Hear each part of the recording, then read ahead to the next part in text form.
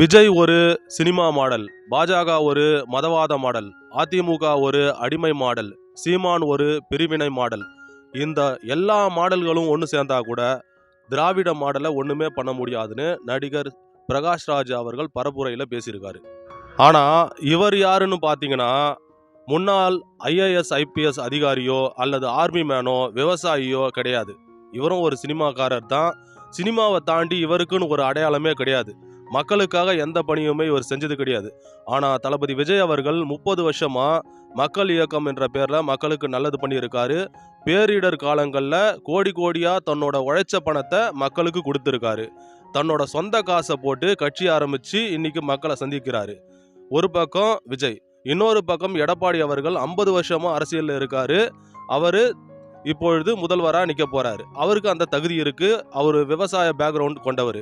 சீமான் அவர்கள் 15 வருஷமா தனிப்பட்டு போராடிட்டு இருக்காரு. எல்லா பிரச்சனைகளுக்கும் குரல் கொடுப்பாரு. இப்படி அவருக்குன்னு ஒரு அடையாளம் இருக்கு. ஆனா பிரகாஷ் ராஜ் அவர்களுக்கு எந்த அடையாளம் இருக்கு? இன்னொரு பக்கம் சத்யராஜ் அவர்கள், விஜய் அம்மாவிடம் மண்டியிட்டார். தலைவா படம் ரிலீஸுக்காக அம்மா கிட்ட கை கட்டி இதுக்கப்புறம் நான் பண்ண மாட்டேமா அப்படின்னு கெஞ்சதுக்கு அப்புறம் தான் அந்த படத்தை ரிலீஸ் பண்ணாங்க. அப்படிப்பட்ட தளபதி விஜய் அவர்களுக்கா நீங்க ஓட்டு போட போறீங்க அப்படின்னு சத்யராஜ் அவர்கள் விமர்சனம் பண்ணியிருக்காரு. அவரும் தான் அந்த படத்தில் நடிச்சிருக்காரு.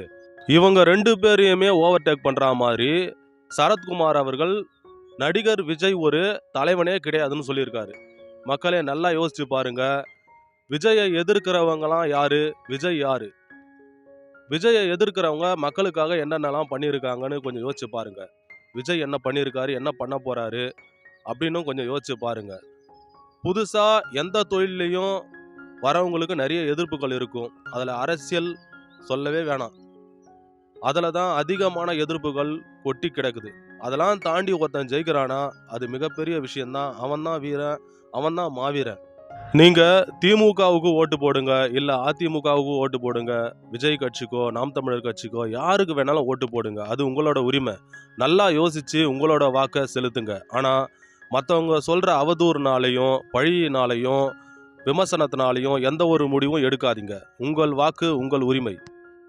கடந்த 5 வருஷமா தமிழ்நாட்டை ஆண்ட கட்சிகளால தமிழ்நாட்டுக்கு நல்ல விஷயம்னா இதே ஆட்சி தொடரட்டும். அது உங்களோட முடிவு.